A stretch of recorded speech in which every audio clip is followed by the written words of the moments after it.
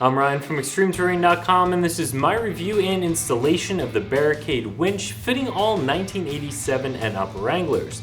These winches are available in a few different configurations. They're available in a 9,500 pound and a 12,000 pound pulling capacity with a steel cable or a synthetic line, and the 9,500 pound are also available with a wireless remote if you decide to go that route.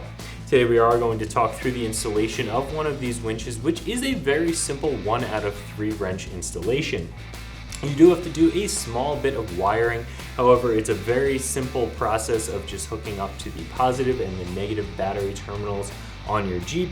As far as getting this bolted down, you will need a winch plate, but other than that, there's just 4 bolts that hold it into place. You should be able to get this installed in under 2 hours, but we'll talk a little bit more about the installation in a second. We're also going to talk about the construction and a few of the features of these winches.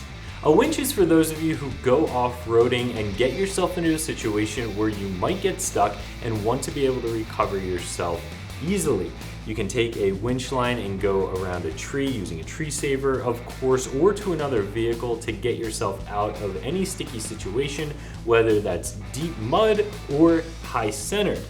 Now, a winch does have some benefits over a tow strap or a snatch strap, and they can also be used in conjunction with each other or in different recovery situations, but having a self-recovery winch like this mounted on your vehicle does give you a great option when and if you do get yourself stuck.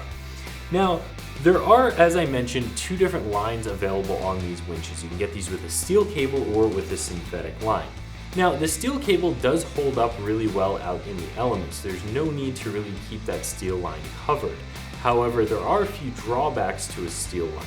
One, it can be a little bit heavy and cumbersome when you're dragging it around trying to get it hooked up to that vehicle or that tree or whatever you're hooking up to.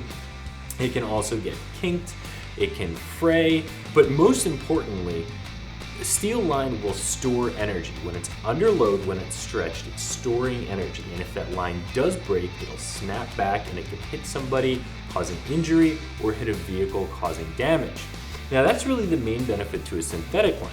It still stretches just like that steel cable does, however it doesn't store the energy, so if a synthetic line breaks, it just falls to the ground harmlessly. It's not going to snap back, injure, or damage anything. Now, synthetic line has come a long way. It is still recommended that you keep your synthetic line covered because the UV rays can damage it. However, it's not as big of a concern as it was when synthetic lines were initially introduced. Now, synthetic line is also something that does require a little bit more upkeep. You're going to want to make sure you keep it clean, and the life expectancy of a synthetic line is shorter than that of a steel cable, and a synthetic line is more expensive to replace than a steel cable. So this is very much a pros and cons decision. You have to decide what's best for your Jeep, for how you plan on using your winch, and for what your budget is, because synthetic line, again, is going to be a little bit pricier. Now, as far as the pulling capacity of your winch goes, the general rule of thumb is you want your winch to be able to pull 2.5 times the loaded trail weight of your Jeep. So that's loaded down full of fuel. How much does your Jeep weigh? Multiply that by 2.5, and that should be the pulling capacity of your winch.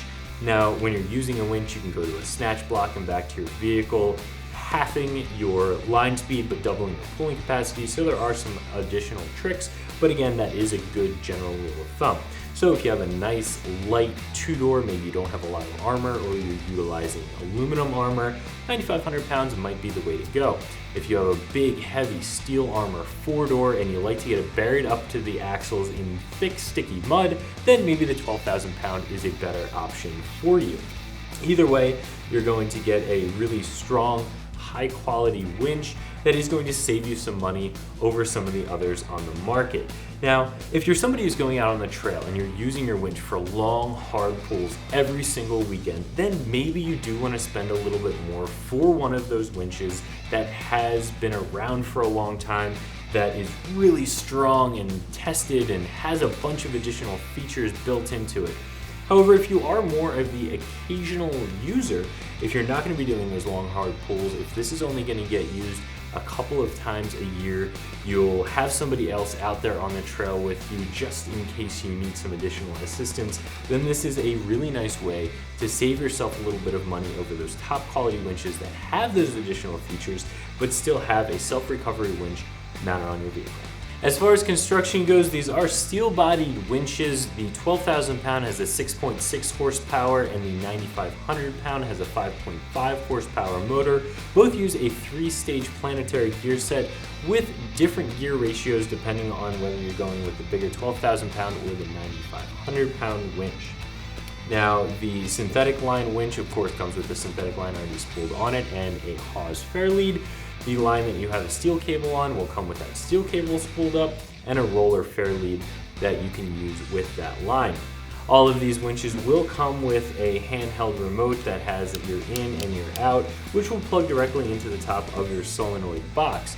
If you do have one of those winches that has the wireless remote option, you'll also have a switch on your solenoid box that will switch it from wired to wireless mode, and you'll have a separate wireless remote that of course is battery operated, and you will want to keep some fresh batteries in it. But the good thing is you always have the option to go wired as well. If you do run out of battery or for some reason lose your other remote, that is a really nice feature of the wireless winch, that it is both wired and wireless. You don't lose the wired functionality if you purchase the wireless winch. Now, as with a lot of winches that have their solenoid box separate from the winch themselves, this box will get wired into your winch, and it is designed to mount right up on top here. However, you can certainly remote mount your solenoid box if you choose to. It does have electronic components inside of it. You will want to keep it somewhere where it's not going to pick up a lot of heat, but if you want to keep it off the front of the Jeep to keep it out of water, to keep it out of your moisture, to keep dust out of it, you can certainly remote mount that solenoid box if you choose to. Of course, you'll have to have access to the top of it to plug into your remote, but you can always remote mount that if you choose. This winch does, of course, have your engage mode and your free spool mode. It has a clutch mechanism built right into it. When you hit it into free spool mode, you can very easily pull line out at high speed instead of having to walk the line out very slowly by powering it out.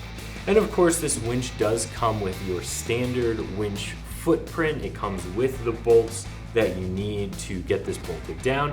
In fact, in the bottom of this molded in, it does have a spot for a captured nut that you'll be able to install in the winch body itself. So when you're installing the winch, you can just install the bolts up through the bottom of your winch plate into the winch body. You don't have to try and get a wrench on top of it because it can be a little bit tight in there. Of course, as you can see here, you get a hook with either one of those winch lines, regardless of which type you choose. So right out of the box, you are going to have everything you need to get this installed on your Jeep, assuming you have your winch plate already or a winch ready bumper.